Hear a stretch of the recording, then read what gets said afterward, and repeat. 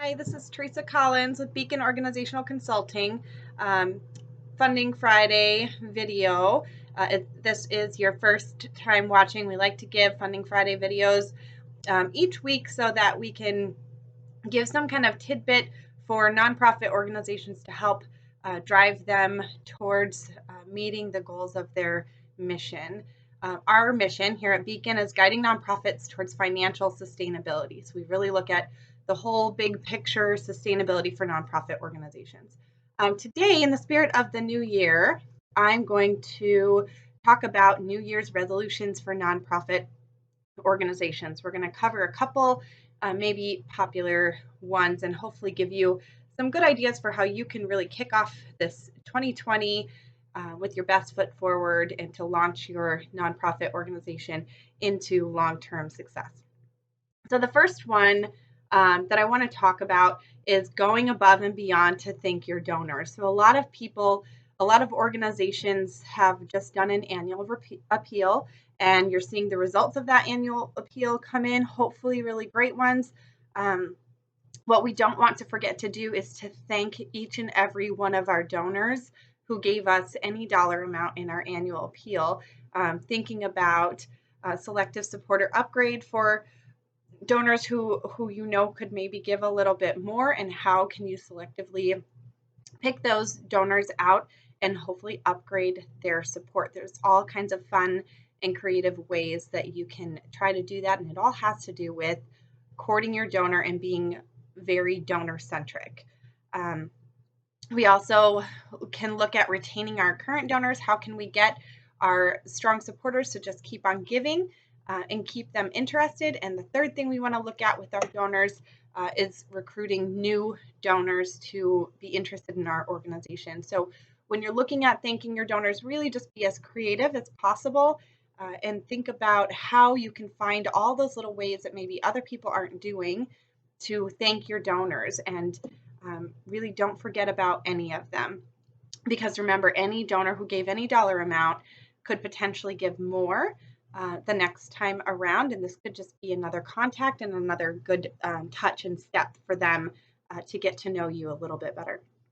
So don't forget to thank your donors, each and every one of them, and do it all year long, not just during this annual appeal phase, but kick it off if you are doing an annual appeal, and really do everything you can to thank each and every one of those donors. So the next one is really important. It's networking with local nonprofits in your cause sector. You want to find all of the nonprofits who are similar to your own and find them through different networking events. We don't look at nonprofits as competitors, even if they offer a similar service. They are all our partners, right? We don't have competitors in the nonprofit sector. We have partners. So create those partnerships, strengthen those partnerships in 2020. Reach out to those and similar organizations that do similar things that you do in your role, and take the opportunity to reach out to them. How did your annual appeal go? What are your plans in 2020? How can we work together better? No donor wants to support a duplicated service. So we need to do everything we can to make sure that we are filling gaps as nonprofits and not duplicating services.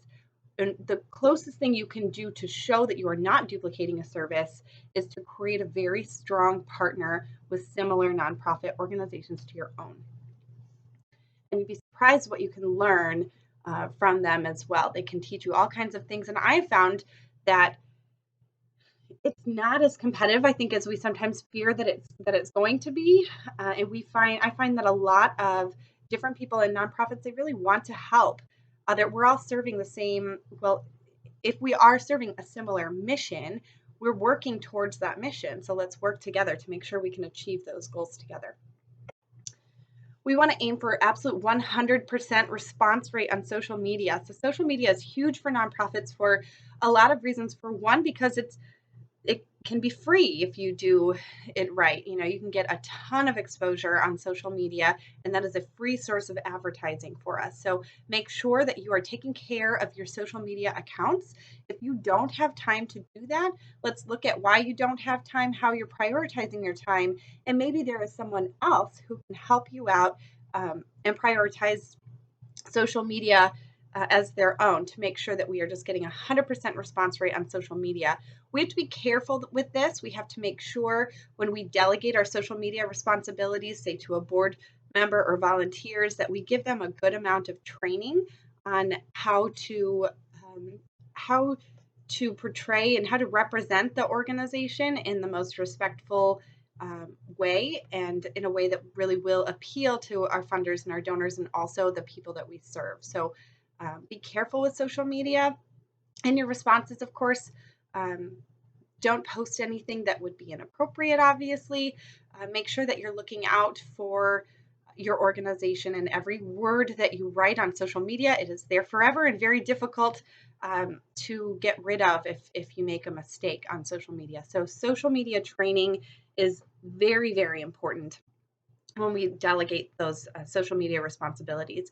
Sometimes I see organizations that allow anyone and everyone to be editors on their social media accounts. And even worse, sometimes I see nonprofit organizations who allow kind of people who are not on their board or sort of random people to be administrators of their social media accounts. And I would just very much guard against that. I've seen that go horribly wrong. It does not really matter how positive the relationship starts out with that individual. The administrator of your social media account, there should be two administrators, and it should be the leader, the staff leader of your organization, if you have one, and the board of directors president. And possibly, if the president is not really into social media, he or she should still have the administrator permissions, but maybe you have a third administrator in that case where the president has it, but then also maybe the secretary has it, or someone else from your executive committee on your board of directors who is a little more savvy with social media. So just be very careful and make sure that you are trained, and everyone who is using your social media to represent the organization is trained adequately as well. But aim for that 100% response rate on your social media. It's an important one. It kind of goes to self-care too. Set aside 10 minutes for a walk or a stretch or a workout in the middle of your day. And this is very specific to the individual, but it is important to just get up out of your chair. You think better, you work better if you just give yourself a little bit of a break and a little bit of physical activity to break up your day, and however that works best for you. But prioritize it to make sure that you're getting up, you're stretching, you've got some physical activity going on as well every single day. I love this next one. Read 4 books that are relevant to your work. So within your industry, you can Google what are the top 10 best books to read. We found really great listings. They're just out there everywhere. I like to read in my industry as much as possible, at minimum a book a month. If you don't want to do quite that much, or you have lengthier books, do a book a quarter, and then you can do 4 books very comfortably. Just make sure that you're keeping up on what is going on in your nonprofit industry. And also with the books, be kind of, depending on what your industry is and what kind of information you're looking for, I like to get books that are not more than 5-10 years old, and sometimes it's a little harder to find books in hard copy that are newer books rather than just reading recent journal articles online.